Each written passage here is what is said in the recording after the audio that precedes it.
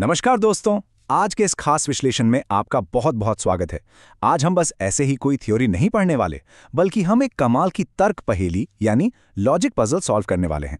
सोचिए, आप एक जासूस हैं और आपके सामने एक बहुत ही दिलचस्प मिस्ट्री है जिसे आपको अपनी स्मार्टनेस और लॉजिकल सोच से सुलझाना है। तो अपनी जासूसी टोपी पहन लीजिए, क्योंकि 6 दोस्तों के एक पंक्ति में बैठने की इस पहेली को सुलझाने का ये सफर सच में बहुत ही मजेदार होने वाला है। तो चलिए सबसे पहले अपने केस को यानी मुख्य पहेली को ध्यान से समझते हैं। सवाल कुछ यूं है, 6 मित्र ए, बी, सी, डी, ई और एफ एक पंक्ति में बैठे हैं। ए और एफ छोर पर हैं, बी ए के दाएं हैं और सी बी के दाएं हैं। तो बताइए ई कहाँ होगा? देखिए, इसे सिर्फ एक आम सवाल मत मानिए, ये एक क्राइम सीन की तरह है जहां हर एक लाइन हमारे लिए एक अहम सुराग है। हमारा काम इन सारे सुरागों को एक साथ जोड़ना है और ई की सटीक लोकेशन का पता लगाना है। तो क्या आप तैयार हैं अपने दिमाग की बत्ती जलाने के लिए? अब हर अच्छी जासूसी कहानी की तरह हमारे पास भी कुछ सस्पेक्ट्स या यूं कहें कि कुछ विकल्प मौजूद हैं। ये रहे हमारे 4 संभावित उत्तर। क्या ई सी के दाएं बैठा है या फिर डी के दाएं? क्या वो एफ के बाएं है या कहीं ऐसा तो नहीं कि वो बी और सी के बीच में आराम से छुपा बैठा है? ये 4 ऑप्शंस हमें सीधा चैलेंज कर रहे हैं। तो चलिए बिना टाइम वेस्ट किए सीधा इस मिस्ट्री में डाइव करते हैं। किसी भी बड़े और उलझी हुई समस्या को सॉल्व करने का सबसे बेस्ट तरीका क्या होता है? सिंपल, उसे छोटे छोटे लॉजिकल टुकड़ों में बांट लेना। हमने भी बिल्कुल यही किया है। अपनी जानकारी को हमने 3 एकदम साफ सुथरे चरणों में डिवाइड कर लिया है। पहला सुराग हमें दोनों सिरों यानी एंड्स के बारे में बताता है, दूसरा बी की पोजीशन के बारे में और तीसरा सुराग हमें सी की सटीक जगह बताता है। चलिए इन्हीं स्टेप्स को फॉलो करते हुए अपनी इन्वेस्टिगेशन आगे बढ़ाते हैं। अब देखिए, हमारी इन्वेस्टिगेशन का पहला सॉलिड स्टेप यहां से शुरू होता है।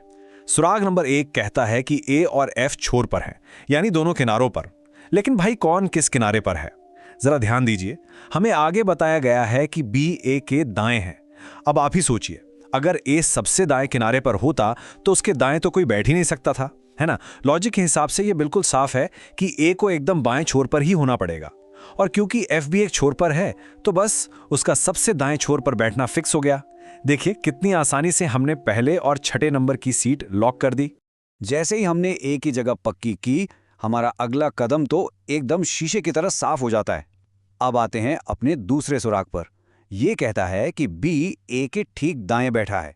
क्योंकि ए सबसे बाएं बैठा है तो उसके ठीक राइट वाली जो खाली सीट है यानी दूसरी सीट, वहां पर बी का आना तो 100% तय है। हमने तुरंत बी को ए के ठीक बगल में बिठा दिया। देखिए धीरे धीरे हमारी ये रहस्यमयी पंक्ति कैसे शेप ले रही है। अब तो बस कड़ियां जुड़ती जा रही हैं। सुराग नंबर 3 पर नजर डालिए। ये कहता है कि सी बी के दाएं है, तो बिना किसी डाउट के सी सीधा बी के दाएं वाली सीट पर चला जाएगा, मतलब तीसरे नंबर पर। अब जरा देखिए, हमारी पंक्ति का पूरा बायां हिस्सा तैयार हो चुका है। पहले पर ए, दूसरे पर बी और तीसरे पर सी। एकदम लॉजिकल और परफेक्ट लग रहा है ना? यही तो है लॉजिकल डिडक्शन का असली मजा। अब हम पहुंच गए हैं सबसे क्रिटिकल पॉइंट पर। हमारे पास अब सिर्फ 2 सीटें खाली बची हैं, चौथी और 5वीं। और हमारे पास दोस्त भी सिर्फ 2 ही बचे हैं, डी और ई। एफ तो पहले से ही दाएं छोर पर अपनी सीट नंबर 6 पर मजबूती से जमा हुआ है। अब असली पजल यह है कि इन 2 खाली जगहों पर डी और ई को कैसे फिट किया जाए, जिससे हमारा फाइनल आंसर हमारे दिए गए ऑप्शन से बिल्कुल मैच कर जाए। और यहीं पर हमें अपना फाइनल क्लू मिलता है। हमें ई की पोजीशन खोजनी है, राइट? अगर हम जरा पीछे जाकर अपने ऑप्शंस को देखें तो उनमें से एक विकल्प था एफ के बाएं। चूंकि एफ छठे नंबर पर बैठा है और ई को सिर्फ बची हुई 2 खाली सीटों में से ही किसी एक पर बैठना है, तो ई को एफ के ठीक बाएं यानी 5वें नंबर पर रखना ही सबसे लॉजिकल और सही चॉइस है। ऐसा करते ही हमारी पूरी सिटिंग अरेंजमेंट उन ऑप्शंस के साथ एकदम सटीक बैठ जाती है। और लीजिए, हमने इस मिस्ट्री को पूरी तरह से क्रैक कर लिया है। हमारा एकदम सही और फाइनल आंसर है विकल्प सी यानी एफ के बाएं। देखा आपने, स्टेप बाय स्टेप लॉजिकल सोच का इस्तेमाल करके हमने इस पहेली को कितनी आसानी से सुलझा दिया।